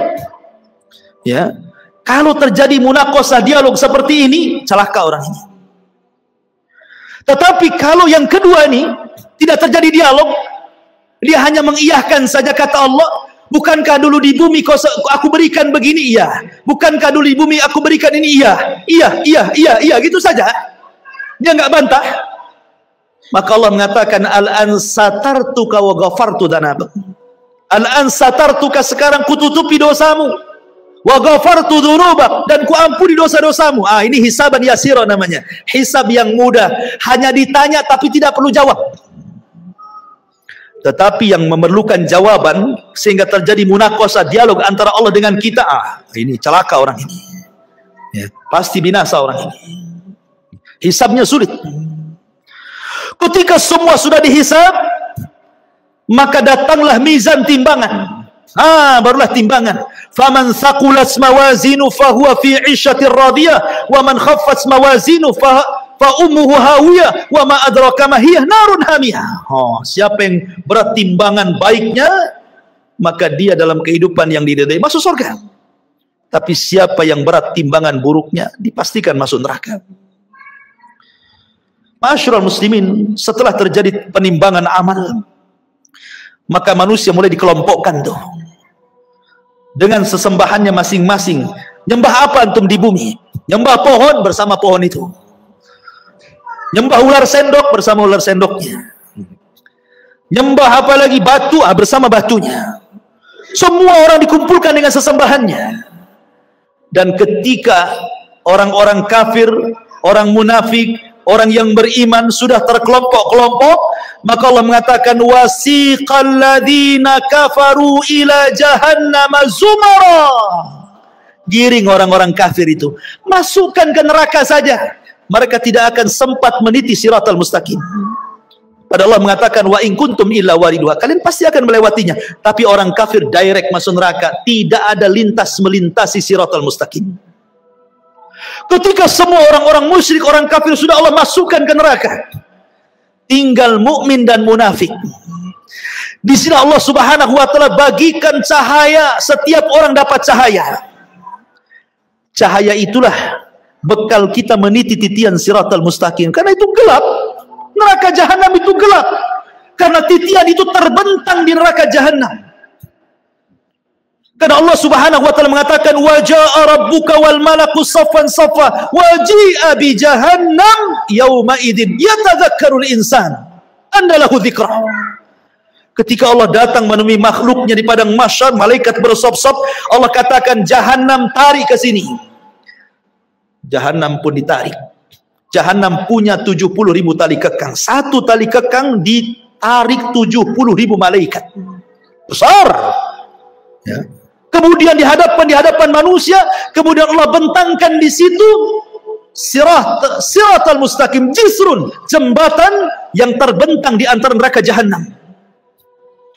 Jembatan itu halus, lebih halus dibandingkan rambut, lebih tajam dibandingkan pedang. Bahkan jembatan itu akan berlenggak-lenggok, dia tidak diam dan licin. Hanya orang-orang yang ditakdirkan bisa melintasi titian itu. Dan yang pertama meniti jembatan itu adalah Nabi SAW. Ketika Nabi SAW sudah meniti sirat, maka Nabi akan berdiri di ujung titian yang sudah dia sampai di situ, di kontara. Setiap ada umatnya lewat, Rasul mengatakan, ya Rabbi salim salim, ya Rabb selamatkan, selamatkan, selamatkan, selamatkan. Saking kasihannya Nabi dengan kita. Ada yang melewati titian seperti kilat, sudah sampai di sana, gitu ya. Ada yang seperti angin, sudah di sana. Ada yang seperti kuda balap, sudah di sana. Ada yang seperti lari kencang. Ada yang merangkak-rangkak. ada yang terkena kalalib, ya, ada yang kemudian jatuh berdiri, ada yang kemudian nyemplung dari titian itu ke jahanam. Kata Rasul ketika duduk bersama para sahabatnya, ada semacam bunyi besar, tur gitu ya. Kata Rasul mengatakan, tahukah kamu itu suara apa? Sahabat mengatakan, tidak tahu wahai Rasul. Itu batu segede unta 70 tahun yang silam jatuh dari titian dan baru sampai sekarang di intip neraka jahanam. Artinya kalau orang jatuh dari titian sampai neraka itu 70 tahun itu baru sampai di dasar jahanam. Naudzubillah. Ya. Ma'asyiral muslimin, maka satu persatu orang-orang munafik diberikan, orang-orang beriman diberikan cahaya. Orang munafik diberikan cahaya, kadang padam, kadang terang, kadang padam, kadang terang. Ketika berjalan mereka mengatakan, naktabis min nurikum, hai orang yang beriman, tunggu dulu, aku ikut cahayamu. Kata orang beriman, ambil lagi kau cahaya di belakang, katanya. Emang di dunia orang munafik bisa menipu orang-orang yang beriman. Yukhadi'una Allah walladzina amanu. Mereka menipu Allah dan orang-orang yang beriman. Di titian siratal mustaqim, orang yang beriman tidak mungkin ditipu lagi. Ya. Ma'asyiral muslimin, ketika semua terseberangi semuanya, sampailah mereka di sebuah tempat namanya Kontoroh. Kontoroh itu depannya pintu sorga. Sampai di sini keletihan orang-orang yang beriman? Tidak. Di sini ada kisos. Di sini Nabi SAW mengatakan, atadruna mal muflisu hadil ummah, tahukah kamu siapa yang bangkrut dari umat ini? Kata sahabat, ya molos saja orang bangkrut, orang yang gulung tikar, orang yang kalah, orang yang usahanya bangkrut, bankrupt dan yang lainnya. Kata Rasul, bukan itu. Orang yang bangkrut adalah orang yang datang pada hari kiamat membawa pahala solat, pahala zakat, pahala sedekah, pahala puasa, pahala ini, pahala itu. Tapi di satu sisi dia pernah mendolimi si fulan, mengambil harta si fulan, menumpahkan darah si fulan, mencaci maki si fulan, merendahkan si fulan. Akhirnya di kantor ini terjadi kisos. Padahal depan pintu sorga tuh. Supaya orang yang masuk sorga mendapatkan keadilan. Supaya dalam hatinya tidak ada lagi dongkol dengan kawannya. Supaya ketika masuk sorga di wanaza'na ma fi suduruhum min ghillin ikhwana. Allah cabut perasaan dengki sehingga menjadi bersaudara dalam sorga. Karena orang-orang penduduk sorga itu satu hati. Kalau kita akan berhati-hati, ada yang dengki, ada yang iri, ada yang benci, ada yang marah, ada yang emosi, kan itu ya. Supaya tidak ada itu, maka terjadi kisos di sini. Ya. Hei, dulu kau sudah memukul aku, sini kamu. Mana pahalamu? Diambil pahalanya. Nih dosaku. Ketika kemudian dia sudah tidak punya pahala karena sudah dikasihkan orang banyak, karena banyak yang didolimi, dia mengatakan, mana pahalamu? Aku tidak punya pahala, sudah habis. Kalau gitu ambil dosaku saja. Oh gitu ya. Fa in faniyat hasanatuhu, kalau sudah habis kebaikannya, maka nggak dilempar dosanya kepada dia. Pada sudah dikontoroh, dilempar lagi ke belakang ke neraka. Ketika kisos sudah terjadi, ini kisos sesama orang yang beriman ya. Kalau kisos dengan orang kafir, kisos dengan binatang, dolim kepada binatang, dolim kepada orang kafir, dolim sesama orang kafir, dolim orang-orang yang beriman kepada orang kafir atau orang kafir kepada beriman, ini sebelum titian. Sebelum titian, nah itu dolim di situ. Kisosnya itu. Tetapi di kantor itu hanya khusus orang beriman saja, karena sudah mau masuk surga masalahnya. Bahkan orang-orang yang dibunuh akan datang menghadap Allah tanpa kepala. Dalam hadis Abdullah bin Abbas radhiyallahu anhu itu, tangan kirinya membawa kepalanya. Walaupun ketika di bumi tidak dibunuh dengan cara dipenggal kepala, tapi nanti pada hari kiamat orang yang dibunuh itu seperti itu bentuknya. Lehernya nggak ada, kepalanya dipegang oleh tangan kirinya, tangan kanannya menyeret orang yang membunuhnya, kemudian menghadap Allah dan mengatakan, ya Rabb, sal hadza lima qatalani. Tanya orang ini, kenapa kau bunuh aku? Kenapa dia bisa membunuhku? Dan bayi-bayi yang dilempar hidup-hidup kemudian mati, seperti orang-orang yang punya anak dari hasil zina kemudian malu, dilemparlah anak itu ke solokan, ke tong sampah, ke kardus, akhirnya mati. Maka Allah mengatakan, wal mau'udatu su'ilat bi ayyi dzambin qutilat. Bayi-bayi itu akan membawa kepalanya menghadap Allah dan mengatakan, ya Rabb, sal hadza lima qatalani. Tanya ibuku kenapa dia membunuhku, tanya bapakku kenapa dia membunuhku. Semua akan ada kisah, ikhwan. Hati-hati ya. Tapi kalau sudah tidak ada kisos lagi, baik antara orang kafir dengan orang yang beriman atau sebaliknya, manusia dengan binatang atau sebaliknya, kemudian kisos terjadi antara orang yang beriman dan sudah selesai, maka manusia berjubel di pintu sorga. Sayati alaikum zaman kadidum minaz ziham. Akan datang, kata Rasul, zamannya manusia akan berdesak-desakan di pintu sorga. Padahal mereka sudah diponis masuk sorga. Tidak mungkin masuk neraka, tapi tidak bisa masuk sorga juga, karena pintunya tertutup. Semua para nabi berusaha membuka, tidak bisa. Tidak diizinkan malaikat Ridwan. Tiba-tiba di tengah-tengah manusia yang sudah diponis masuk sorga itu, muncullah seorang laki-laki, Sayyidul Anbiya'i wal Mursalin, Sayyidul Awwalina wal Akhirin, Muhammad sallallahu alaihi wasallam, Nabi kita, qudwah kita, Rasul kita, mendekati pintu dan membuka pintu sorga dengan mengetuknya, Assalamualaikum. Maka Ridwan mengatakan, Waalaikumsalam. Man, siapa kamu? Kata Rasul, ana Muhammad, saya Muhammad. Kata malaikat Ridwan, bika umirtu alla aftah li ahadin qablak. Aku diperintah Allah untuk tidak membuka pintu surga kecuali kau yang minta. Kata Rasul, ana awal man aftatihu babal jannah. Sayalah orang yang pertama kali membuka pintu surga. Dibentanglah pintu surga. Pintu surga ini ada yang meneriak, ada yang berteriak. Jadi Allah Subhanahu wa taala meletakkan para pemanggil di pintu-pintu surga. Kalau dia ahli solat, duya min babis salat. Hei, pakar-pakar solat, kau ke sini, masuknya di sini, jangan di situ. Yang pakar puasa sunnah, puasa Senin Kamis, Ayyamul Daud, pokoknya ahli puasa, ada pintunya dari pintu royan. Hei, ahli puasa, sini-sini dari pintu royan, jangan pintu itu. Pintu jihad mengatakan, hei yang mati syahid lewat sini. Pintu tobat, yang tobat lewat sini. Masing-masing pintu itu menyeru kepada keahlian ibadahnya masing-masing. Dan sorga itu memiliki 8 pintu. Berbeda dengan neraka 7 pintu. Kenapa? Biar menunjukkan bahwa rahmat Allah lebih luas dibandingkan murkanya. Makanya dibuat pintu sorga lebih banyak dibandingkan pintu neraka. Karena Rasul mengatakan, Allah berfirman, Inna rahmati wasiat ghadabi. Rahmatku lebih luas dibandingkan murkahku. Ma'asyiral muslimin, ketika ada orang yang berdiri di pintu sorga, dia berdiri nih, dia nggak mau masuk sorga. Kata Allah, udkhulul jannah bi rahmati, masuk ke dalam sorga dengan rahmatku. Orang ini mengatakan, ya Rabb, oh enggak, saya nggak mau masuk sorga dengan rahmatmu ya Rabb. Kalau masuk sorga karena rahmatmu itu bagi orang yang melakukan dosa, kemudian bertobat, kau kasih sayangi dia, akhirnya kau katakan masuk dengan rahmatmu. Aku ini nggak pernah berbuat dosa. Aku ingin masuk surga dengan amalanku. Wow, dia merasa bangga dengan amalannya. Karena aku nggak pernah berbuat dosa, masukkan aku dengan amalanku, katanya. Baik, kata Allah. Hitung amalanmu berapa? Dihitung amalannya. Rupanya amalannya tidak sebanding dengan satu nikmat yang Allah berikan, nikmat penglihatan. Karena amalannya lebih banyak daripada melihat. Karena takut dia tidak bisa masuk surga dengan amalannya. Kalau gitu, ya Rabb, masukkan aku dengan rahmatmu ke dalam surga, katanya. Ya, karena masuk surga itu karena rahmat Allah. Kata sahabat, wala anta ya Rasul, termasuk engkau wahai Rasul, termasuk saya. Allah masukkan saya ke surga karena rahmatnya. Tapi Allah masukkan ke neraka karena keadilannya. Ma'asyiral muslimin yang dimuliakan Allah Subhanahu wa ta'ala.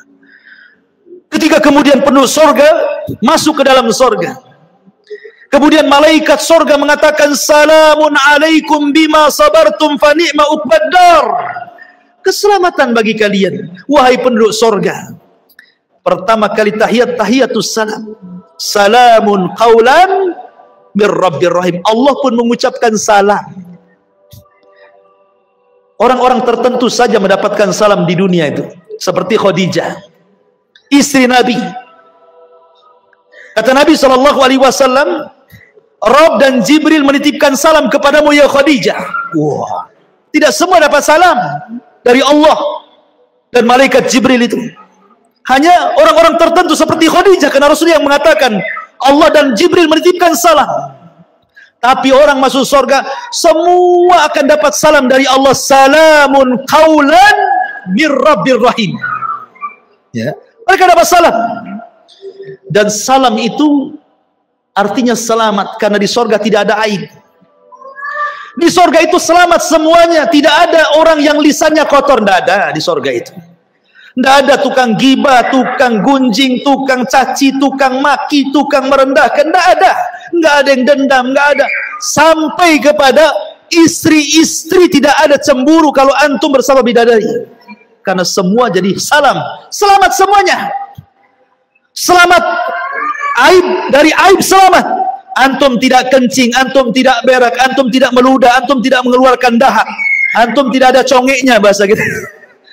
Pokoknya selamat badannya. Sampai-sampai ditanya Rasul, kalau hari-hari makan minum, cemana beraknya, cemana kencingnya? Kata Rasul, berak dan kencingnya dengan keringat. Dengan keringat. Dan keringatnya seperti minyak misi, itulah berak dan kencingnya penduduk sorga katanya. Wah, luar biasa. Ya. Selamat badannya.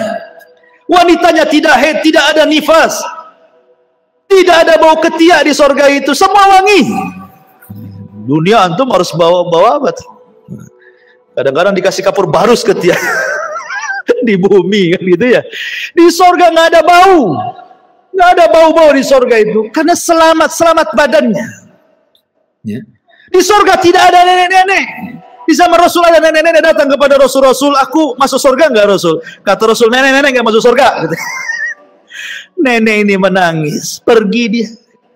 Kemudian Rasul mengatakan kepada sahabat, bilang sama nenek itu, bukan berarti nenek itu enggak masuk surga, maksudnya di surga enggak ada nenek-nenek. Bacakan ayat inna ansha'na hunna insha'an wa ja'alna hunna abqara uruban atraba. Kami jadikan nenek-nenek jadi gadis-gadis usianya 33 sampai 34. Semua sama usianya segitu. Ya. Dan sorga itu nikmatnya yazdah, bertambah dan bertambah. Ada sukul jannah, pasar sorga. Pasar ini setiap Jumat kalau di bumi, kalau di sorga namanya Yaumul Mazid, hari tambahan nikmat. Semua penduduk sorga ke pasar, yang laki-lakinya itu. Berjumpa dengan kawan-kawannya di pasar itu. Kemudian ngobrol cerita pengalaman antum di dunia. Kita kan pernah ngaji di Odessa dulu. Kenal nggak antum di samping saya? Nanti itu bicarakan semua itu. Akan teringat dengan kehidupan dunia. Jadi pembicaraan nanti di pasar itu. Pembicaraan kita di dunia. Obrolan kita, bercandaan kita. Semua akan dibicarakan di pasar surga itu. Di pasar surga itu ada jual beli. Ya. Hanya untuk berjumpa dengan kawannya. Ngobrol, minum, makan di situ enak-enak. Kemudian sebelum pulang habar riyah. Tiba-tiba Allah Subhanahu wa ta'ala hempaskan angin, membawa debu, kemudian mengenai jasad-jasad orang yang ada di pasar sorga itu. Fayazdad husnan wa jamala. Maka dia akan bertambah gantengnya, bertambah sehatnya, bertambah kekarnya, bertambah indah. Ketika pulang istrinya nggak kenal. Laqad izdastum husnan wa jamala. Wahai suamiku, kenapa kau makin tampan, makin ganteng, makin itu. Dalam kisah Israiliyat disebutkan, ini Israiliyat lagi ya.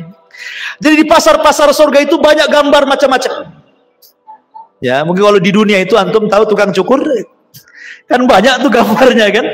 Ada yang jenis begini rambutnya, jenis begini rambutnya, jenis begini, kan banyak tuh. Tinggal tunjuk saja, cukur saya seperti ini. Nanti dicukur kayak gitu kan.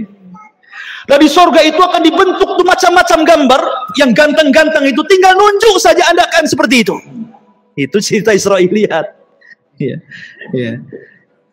Oh kayak gitu. Kayak siapa? Antum kayak Abu Humairah, jadilah Abu Humairah. Gak mau lah gemuk gitu. Jadi mereka pulang itu berjumpa dengan istrinya, kata istrinya, laqad izdaztum husnan wa jamala. Hei suamiku, kenapa kau makin ganteng? Kata suaminya, kau juga kenapa makin cantik, katanya. Jadi setiap minggu kenikmatan itu bertambah, makin ganteng, makin ganteng, makin ganteng. Makanan hari ini kalau dimakan besok lebih nikmat, kalau dimakan lusa lebih nikmat, dimakan lusanya lagi lebih nikmat, makin nikmat. Coba antum makan mangga, dibiarkan 1 bulan. Hari ini makan mangga, besok mangga dibiarkan 1 bulan. 1 bulan depan antum makan tuh mangga. Nanti atau setahun antum ada tinggal peloknya saja itu kan. Di sorga itu makin hari makin nikmat. Ya, kan luar biasa tuh. Makin hari makin ganteng. Coba antum hari-hari ke pasar sini, makin ganteng makin kusut tuh. Makin kusut kan itu. Stres, apalagi bawa istri yang dicatat beli bawang, pulang beli baju pula kan. Stres lagi. Makin turun alisnya. Ya. Ma'asyiral muslimin yang dimuliakan Allah Azza wa Jalla, ketika orang masuk surga, pertama yang dimakan apa? Dan pertama yang diminum apa? Yang pertama dimakan itu kabidil hut. Hatinya ikan paus. Tentu ikan paus akhirat, bukan ikan paus di Saus kayak kan, istilah ikan paus. Kemudian makan air jahe. Jahenya jahe surga. Kata Abdullah bin Abbas, dunia dan surga itu hanya mirip nama, tapi hakikatnya berbeda. Di dunia ada jahe, air jahe, wedang jahe. Di surga ada wedang jahe. Hanya kesamaan nama, tapi hakikatnya berbeda. A'dadtu li ibadis salihin ma la ainun ra'at wa la udhunun sami'at wa la khatara ala qalbi bashar. Kenikmatan di surga itu tidak bisa dilihat mata, didengar telinga, terlintas pun tidak. Bagaimana caranya menggambarkannya? Jadi hanya kemiripan nama saja. Di surga ada pisang, di dunia ada pisang, tapi pisang surga beda rasanya. Di surga ada madu, di dunia ada madu, beda madu surga. Di surga ada khamar, di dunia juga ada khamar, beda. Khamar di dunia ini paling rendah sakit kepala orang minum, paling tinggi teler tidur di got. Tapi khamar di surga itu ladzatul lisyaribin, lezat bagi peminumnya, lezat. Ya, ma'asyiral muslimin, dan di surga Allah sudah peruntukkan satu orang mendapatkan 2 istana minimalnya. Karena Allah mengatakan waliman khafa maqama rabbih jannatan, bagi orang yang takut Allah sediakan 2 istana. Dan dia akan mendapatkan nikmat yang besar sebagaimana ahlun nar akan mendapatkan azab yang besar. Ketika penduduk surga, idza dakhala ahlul jannatal jannah wa idza dakhala ahlun narun nara, apabila penduduk surga masuk ke dalam surga, penduduk neraka masuk ke neraka, ji'a bil mauti ala suratil kabsi, didatangkan kematian dalam bentuk kambing gibas, disembelihlah kematian itu sehingga tidak ada kematian lagi. Maka datanglah penyeru kepada penduduk surga, ya ahlal jannah la mautalakum wa ya ahlan nar la mautalakum. Hei penduduk surga, tidak ada kematian. Hei penduduk neraka, tidak ada kematian. Maka penduduk surga akan mendapatkan nikmat selamanya, dan penduduk neraka akan mendapatkan azab selamanya. Itulah ringkasan perjalanan manusia dari kelahiran sampai wafat, sampai di padang mahsyar, sampai masuk ke dalam surga dan neraka. Tentu yang saya ceritakan ini bagian kecil, hanya gambaran. Karena hakikatnya jauh dibandingkan yang diceritakan. Sehebat apapun orang menggambarkan surga, surga menyelisihi gambarannya. Karena surga tidak bisa dibayangkan. Kita hanya menukilkan sabda-sabda Nabi, ayat-ayat Al-Quran, beginilah gambaran surga. Karena tidak semua dibentangkan. Ya. Oleh karena itulah perlu keimanan yang kuat tentang adanya hari akhir. Makanya di antara satu dari rukun-rukun iman, al-imanu bil yaumil akhir, beriman dengan hari akhir.